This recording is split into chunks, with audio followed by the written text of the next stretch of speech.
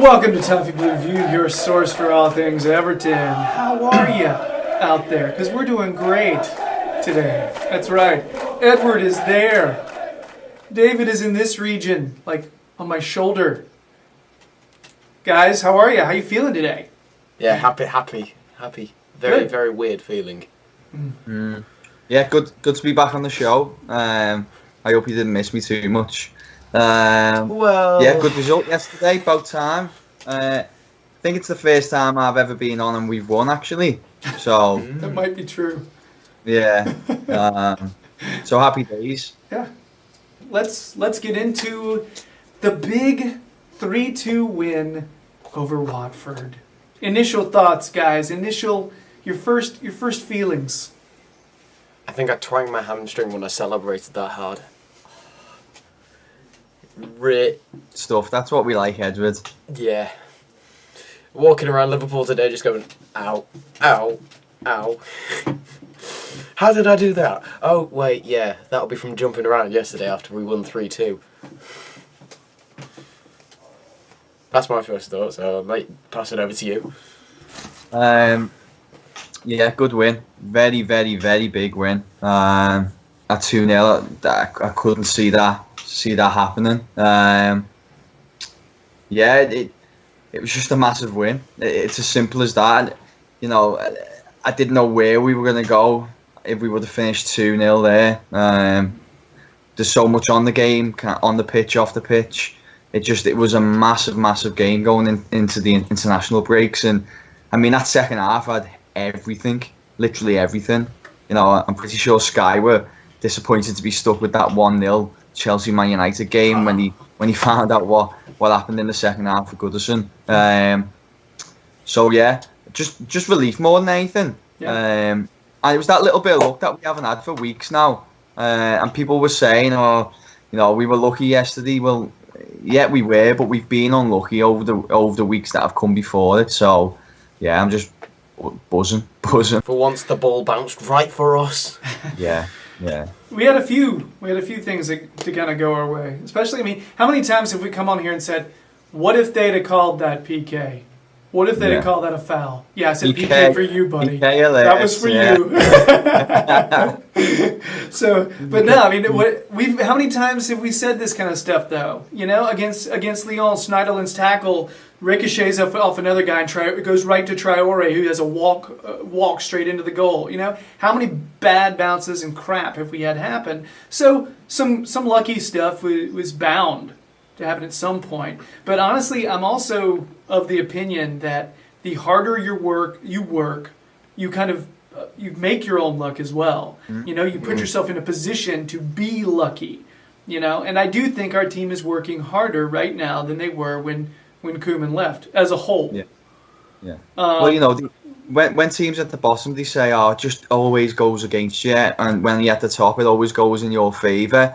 And they're right, but as you said, you make your own luck, and you know you find those teams work a lot hard in games, and you know they might get that lucky own goal penalty, but what you don't see is the attacks that they're putting forward. You know, they're constantly on the offensive, and yeah, I totally agree with you on that one, to be honest. I mean, I remember hearing.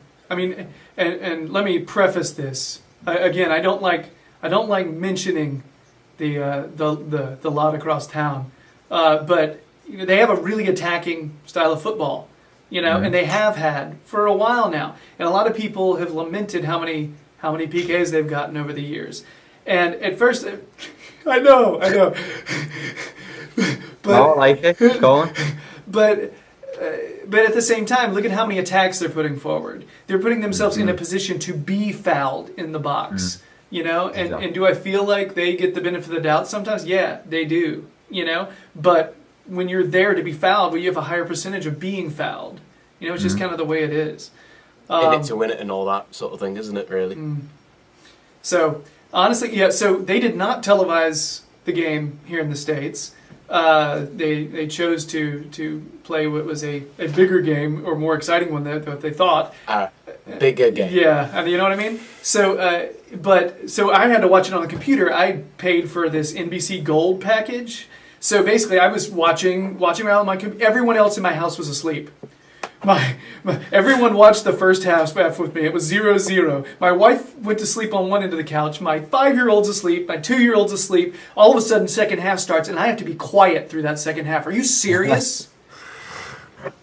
Like, how? How could I? I'm balancing a laptop on my lap. My wife's on one end, and I'm sitting there going...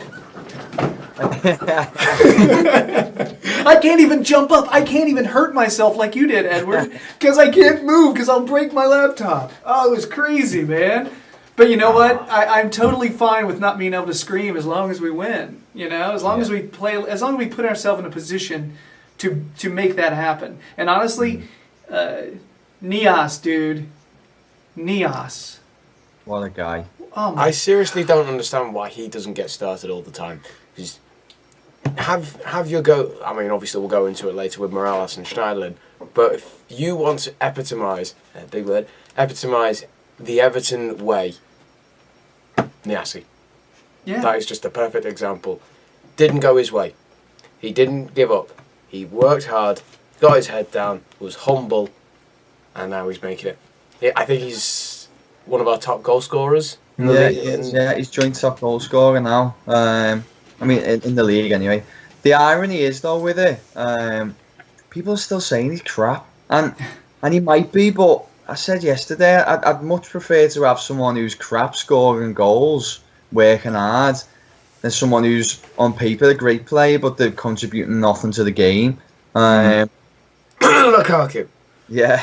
Sorry. Yeah. I mean that. Nias' first goal, very similar to the Arsenal one a couple of weeks ago. Mm-hmm. That was just all hard work, putting the back line and the goalkeeper who just come on, putting the pressure, forcing them into what you could probably argue was an error, certainly by the goalkeeper. But that's exactly what you want. A goalkeeper comes on into a match he hasn't played. It was his debut. Put him under pressure, and that's what happens there. He's got another goal, and he did. He worked the socks off all day, and he is really. I mean, I've always wanted to give him a chance, and you know, it's been made a bit of a joke because of the articles I've done on him. But genuinely, I've given him a chance. He's not doing nothing wrong for me. We haven't got a goal scorer. He's scoring goals. Mm-hmm. The way I see it with him now is that if he has now got the perfect opportunity, because he's proven now that when he comes off the bench, he's scoring goals. When he's starting, now he's scoring goals. So everyone's saying he's crap, but he's always made substitute appearances. He's all right. Maybe he started against Burnley, but that was against Burnley, so everyone played pretty crap that day. We just need to give him a run of games, get his confidence, and then we will see if he's good or bad. Give him until maybe the end of this season, or if some people want to be really harsh on him, give him until January to prove himself. If he does, brilliant. If not...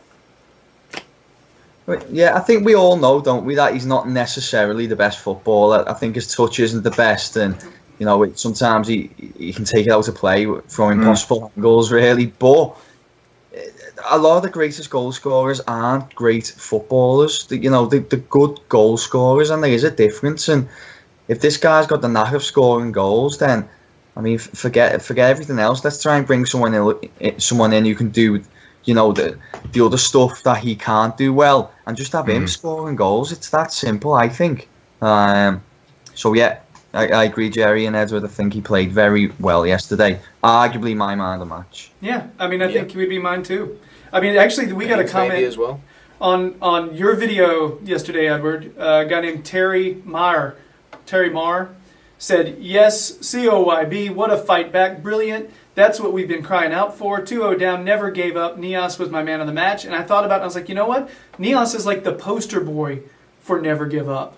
You know what I mean? I mean, think about what that guy has gone through. Think about what has happened to him. And it'd been really easy for him to just go somewhere else for like, but he wanted to stay here. He wanted to figure out a way to make it work.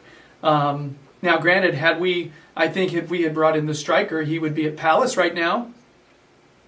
Yeah, you know, because he was there and apparently left there pretty pissed. But I mean, I'm psyched for the guy. I love seeing a story about someone who really should not be where they are, and they figure out a way to work hard and make it happen. You know what I mean? Yeah, I think it's a sort of similar story to the likes of Robles as well.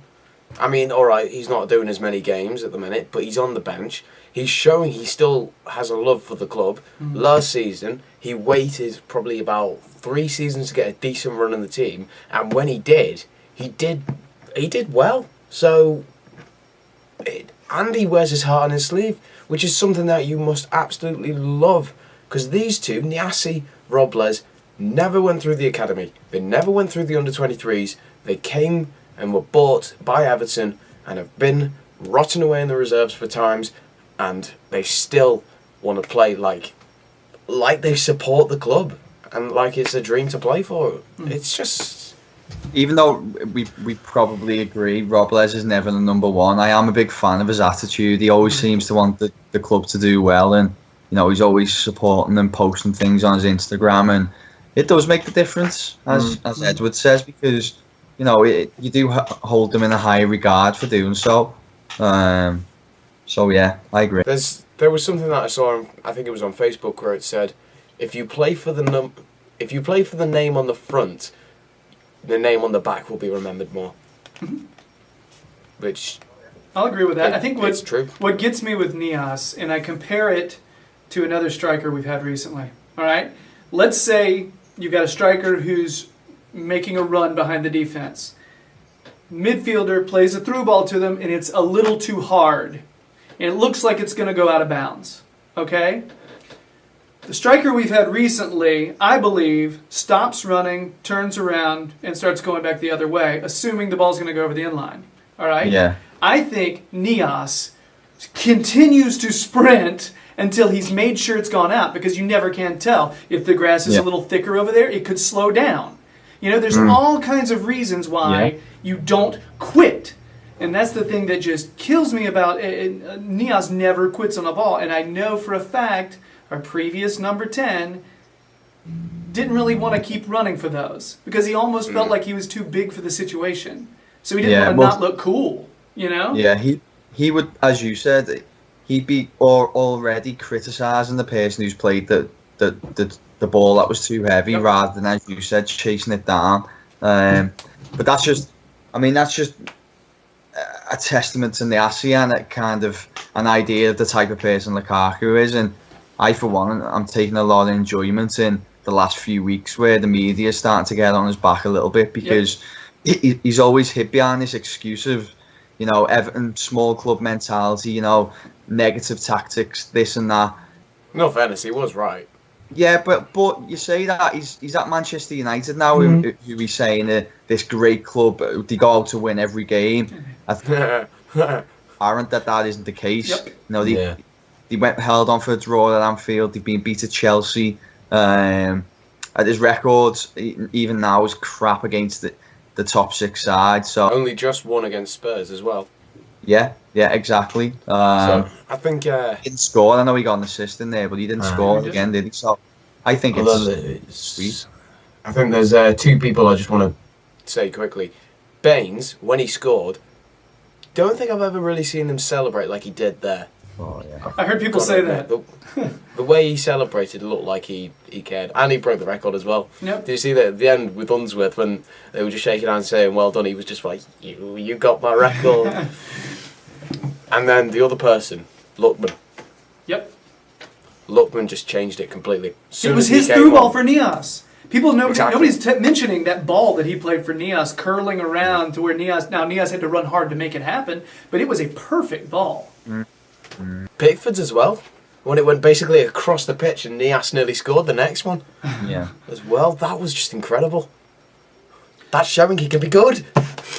Everyone's getting on his back because he can't kick a ball right. Well, he can. Yeah. Yeah. So I have a few questions here. Let's address these quickly, because we've been on for a while on this. We have to address some of the negatives really quick. Did the goals they scored reveal any kind of weaknesses or emphasize any weaknesses, guys? No. Lack of pace. Yeah. That's what I thought. But I was about to say, but you said the word I would have used. It didn't reveal anything that we didn't already know. It just emphasised our issues. I have to say, I thought the 2 centre-backs were terrible yesterday. I thought Jagielka didn't play well. I thought Keane didn't play well. I suppose Keane's been out for a little while and Jagielka hasn't played that great, but yeah, I didn't think either of them played well yesterday. And I thought they did okay. Obviously the 2 goals that we conceded, Jagielka was at fault for the corner one, jumping too soon. Keane got spun way too easily. Both of them, like you say, a few times. yeah, both of them have just come back into it, like you've said. So, give them the benefit of the doubt with that one. I actually thought though at times they rescued it for us. They did save us a couple of times, putting in some decent tackles, getting rid of the ball away from Watford, and I thought they did okay. But obviously at fault for 2 goals, but need to give them a bit more time with it. Pickford had a bit of a mare though. You have to admit, Pickford did have a bit of a mare. That wasn't his best game. He's making some rash decisions that usually come with not trusting your defense. Yeah. Well, that's it. I think it's just run of confidence. That's all we need. Yeah. So yeah. So basically, the defense is not solid yet, but we already kind of knew that. So nothing new really revealed, right? Yeah, I think the main issue with that is that we kind of we've got 3 centre backs who all aren't playing well and quite low on confidence. If we just had one solid centre back at the moment who had a good run in the team, I think that would kind of spread to the other 2. So hopefully they come into a bit of form over the next couple of weeks. I feel like Keane. I feel like Keane when he comes back. Keane, yeah. Yeah, I feel like Keane will be the guy. And you're talking about Funes Mori. Let's hope he just comes back healthy. That's all I'm worried about for him to start. But I feel like Keane, when he's back, I just like him. I think he's a solid player. I think he's a way better passer than I imagined he would be. But I think when he was starting to hurt, he gave the ball away a lot. When you go back to when they told you when his injury started, he was giving the ball. Yeah. We talked about it several times on the show. Yeah. How we were surprised at how he was giving the ball away. Not as much yesterday though, which is good. So next. What was your favorite of our 3 goals? The Nias one. I think it just come at a real important time. It was only a few minutes after their second. I think if it would have been maybe 10 minutes onwards, we wouldn't have come back into that game.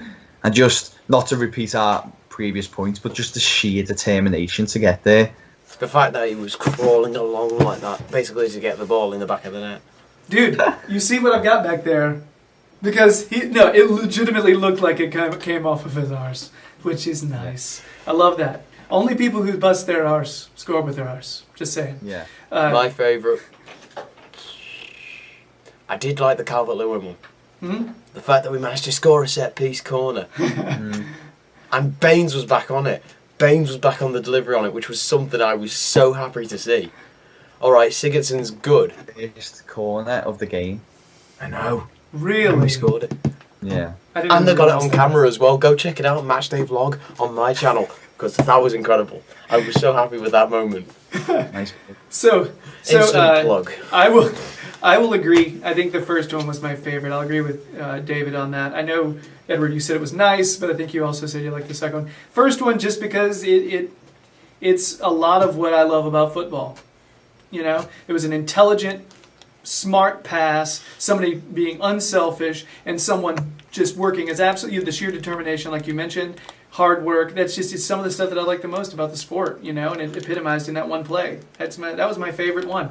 I was not expecting us to agree on that, so that's cool. I did like the fact that at the end on the 3rd goal, we were saying about his determination for the club. Still celebrates with the fans. Yeah. He still does.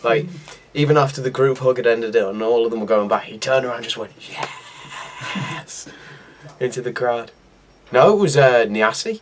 Well, Baines obviously did when he scored, but Niassi did as well, which was just class. So, class. Just on that 3rd goal quickly, it was good that he managed to get that, because if you remember, there was about 2 minutes of stoppage time where the player stayed down injured. They announced 12 minutes of injury time, and you know yourself, the pressure there is unbelievable when he knew how important that was as well. Yeah, and he's had a lot of stick. He's had a lot of stick, hasn't he, this season, Baines? And he missed a good chance in the first half as well, where it just looked really low on confidence.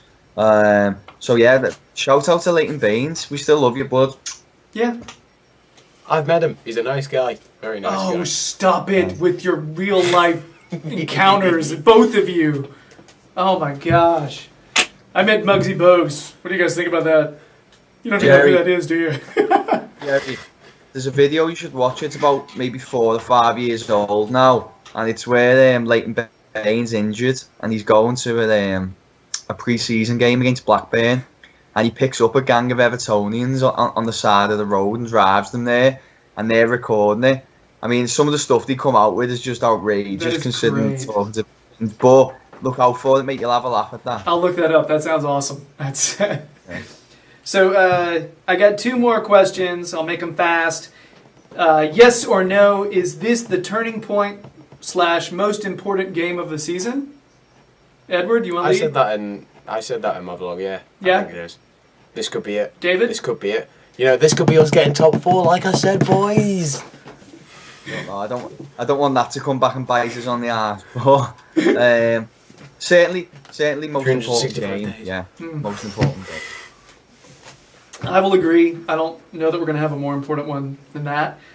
Do we feel like the win changes anything for Unsworth, guys? Is Unsworth going to stay in because I they think he's going to perform? get a little bit longer. If I'm honest. I still want somebody else, but I'm glad that he got his win. I am thinking that we are going to have a new manager within a week. I just think it's going to happen. I think they'll do what? Who?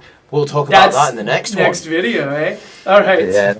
So I did that. So the little plug next video. Yeah. So here's some Unsworth comments. Cal the Boy 89 says, he would like to have Unsworth as the manager. He used the younger talent and we played well with the youth in the squad. That's something Koeman never did, which is true. Matthew Douglas, I guess it's Douglas Elliott Matthew, the man with 3 first names, says no. He doesn't think Unsworth should be the manager. His reason being that 1 in 3 games ain't good. Some may say he needs time to get into it, but at the moment we can't wait for him to gel with the team. Also, the way he wants to play, we can't do that with the amount of old people we have in the in the squad, high pressing. They'll be running on fumes come halftime, which is Tell you what, valid. If he's calling them, if you're calling them old, Gerry's feeling ancient over there. I am literally just poor. Yeah, got me a walker, and I'm. Oh man, guys, and also lastly, these ruddy kids getting on their get off my lawn! Right back position. So Graham ER, so that may be Grahammer, 1878 says, no, he's not the man for the job. How do we attract players with the Unsworth name? He's come in and helped, and that's good for him, but as for the job permanently, it's a no from me. So I think it's going to be pretty well. Oh, and there was also a poll that the Toffee Blues did on this. Would you give Unsworth the job permanently? Yes was 17%. 83% said no, we need better. So that is. I think that's a bit harsh. That saying better. I agree, but that's where they fell. I think, to be honest, I want to just quickly say about Unsworth. Fair play to it. I think the way he's treated it, he hasn't said, "I want this job. I want this job. I want to have it." But yeah, he's. Well, I mean, yeah, but not in that way that I'm gonna get this thing. I'm gonna do it. He hasn't presumed it is. Yeah. He hasn't. He's just said, if I get it, I get it. But I don't care as much. I care about the club going forward. And if I'm not the man for it, I wish the next one all the best. Which and he said he'll support the new manager. It's. Exactly. I mean, I feel like Unsworth has said almost all the right things. Because he knows he'll get his job if he gets sacked. So I guess that's. Let's hope not, though. Let's hope. I don't want that to happen, though. So I guess that's. Just to clear that up. That's it for our match reactions. We were positive, people. You heard it here first. Positive reactions. Good The things. world must be ending. Good things for Blues fans. It's a great time to start watching an Everton fan channel and listening to the podcast. All right, so If you know of any good ones, do let us know. please tell us that we're into it. Okay, we're constantly seeking those. So check out Edward's YouTube channel, JME James. Details are below. He's got over 200 subscribers, and all of a sudden he's Mr. Big Time. All right. Also, check out David's writings. All right. He's got an article in the Sportsman right now. I think was it on Sheffield United right now. Totally And great. Look at you doing your research. I know things, man. I know things. I follow both you guys. So anyway, thanks so much for listening. We're going to go do another video about our potential new manager. What's up with that? Bye-bye. Adios.